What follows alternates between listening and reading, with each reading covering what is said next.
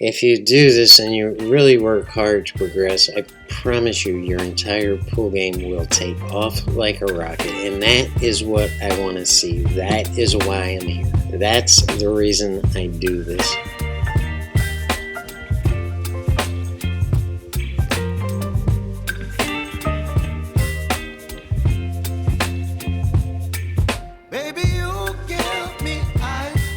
For most players, the very idea of working on their break is a major turnoff. I mean, you rack, you break the balls, you chase balls around the table, you rack again, you break again, you find the balls, you're racking over and over and over. Major tedious. I mean, what are you, in the military? It's like doing some kind of Darren Appleton drill. Put the little balls on the little dots. Chop and give me 72 and a half. Better stay in line, boy, make your mama proud. Hard work is what it takes, sweating, get some backaches and some blisters. We gonna make a man out of you. Yep, even if you have boobies. I don't blame you, brother. I wouldn't do it that way, too. That sounds like a total turnoff and a complete drag, but I have a better way. All you gotta do is hear me out. We're gonna make this fun, challenging, inspiring, and rewarding, and you're going to get to gauge your progression, so you're going to want to go back and get better and better and better. And instead of dreading some kind of drilly, stupid process, you're going to look forward to it. You're going to be inspired by the very thought of getting to work on this and improving your pool. You have a good Christmas? And you just want to forget about it and not talk about it. That's fine too, man. We don't have to talk about it. The good news is we have a brand new year coming, and let's make it the best year of our lives. What do we got here? 4 days? 5 days? Something like that. 4 or 5 days, and which means I'll probably have another video out, so I'll probably see you before the new year. But either way, let's make it a great year, okay? Alright. Yeah, I'm going out to poke Whitey right now. I'm talking to you. I'm smoking a cigarette. Yeah, I'm going to show you the best way for me, and hopefully it is for you too, to work on your break, to dial in your break, and to get your break more consistent. It's going to help your whole pool game. It's going to build your confidence. Hey, you want to stay in complete control of 3 balls in one shot. So we're controlling Whitey, or the cue ball. We're controlling the 1 ball, and depending on which side of the table that you're breaking from, we're controlling one of these wing balls. If you're breaking from the left side of the table, you're controlling the left-hand wing ball, which in this case is the 6 ball. If we're breaking from the right side of the table, we're controlling the right-hand wing ball, which in this case is the 5 ball.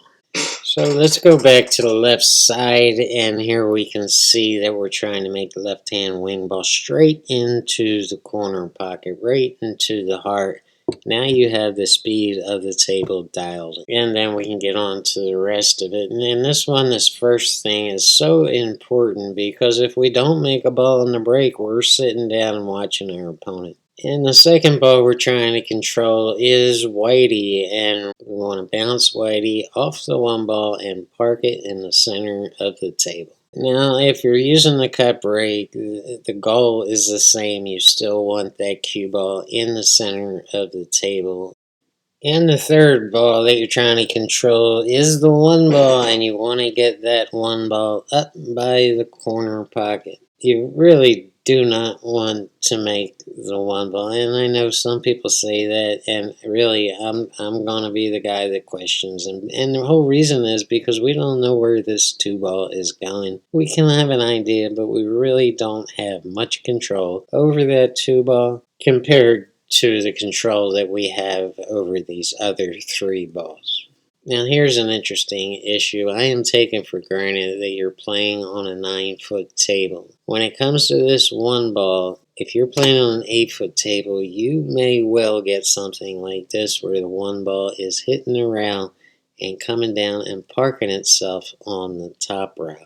And this is because an 8-foot table width is 6 inches smaller than a 9-foot table. And this is the big problem with an 8-foot table, and you're just going to have to adjust. If you're breaking all the way off the rail, like far to the left-hand side, you may want to consider moving closer to center table, but that might throw off your speed and the wing ball. You're just going to have to juggle some issues here and try to dial it all in for the table that you're on. And if you're hitting the balls hard, you could lighten up on the break. If you're hitting them hard, you could absolutely annihilate them and see if it'll do the bar table thing and bounce off the top rail and come up in front of the left-hand corner. Now the width of a 7-foot table or bar table is now a foot less. So you're actually liable to get that same thing that you got with the 8-foot table, except it's coming down faster and harder and is apt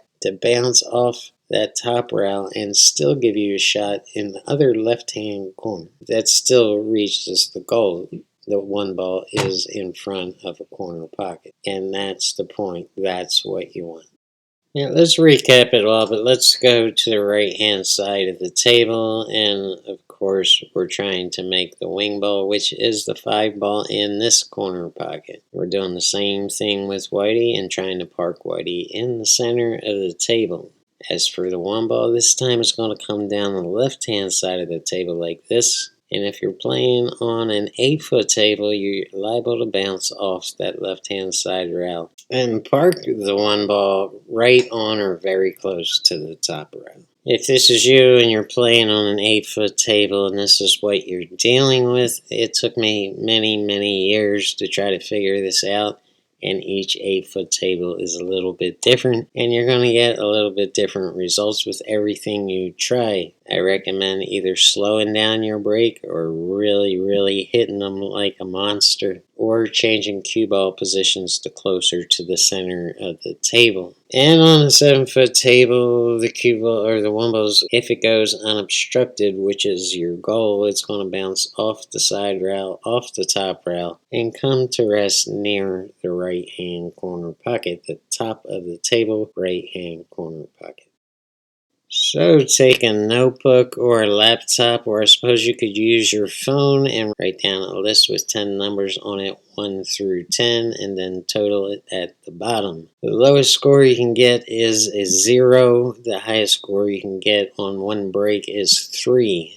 So you're giving yourself 1 point for each of the 3 things you're trying to do on the break. If you just do 1 of the 3 things, you get a 1. If you do 2 of them, you get a 2. If you do all 3, you get 3. If you don't do any, you get 0. So after each break, give yourself a score for that break. And then when you're done 10 breaks, total them up, and that is your score. Now you have a relative base to shoot for, and you know your speed, and you're going to keep trying to dial it in and get a better score with each 10 breaks. At Pro 9-ball level, the break is as much as 90% of the game. And with that, we have to go over a couple things. If you hit the break and you park the cue ball, but the last ball on the table rolling, or one of the last balls, hits the cue ball, and the cue ball goes outside the center of the table, that does not count as a point. But you can still get 2 points by making the wing ball and getting the 1 ball by the corner pocket.